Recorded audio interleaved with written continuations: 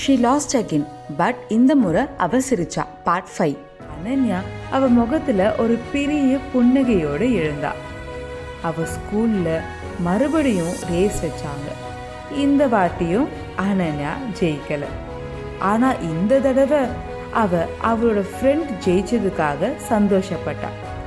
மனசுல எந்த பொறாமையும் இல்லாம உண்மையா சந்தோஷப்பட்டா. அனன்யாவோட டீச்சர் இதை பார்த்து, உன்கிட்ட நல்ல மாற்றம் தெரியுது அனன்யான்னு சொன்னாங்க. அன்னைக்கு ராத்திரி அனன்யா அவளோட டைரியில அவ கனவுல பார்த்து அந்த தங்க படிக்கட்டை வரைஞ்சா.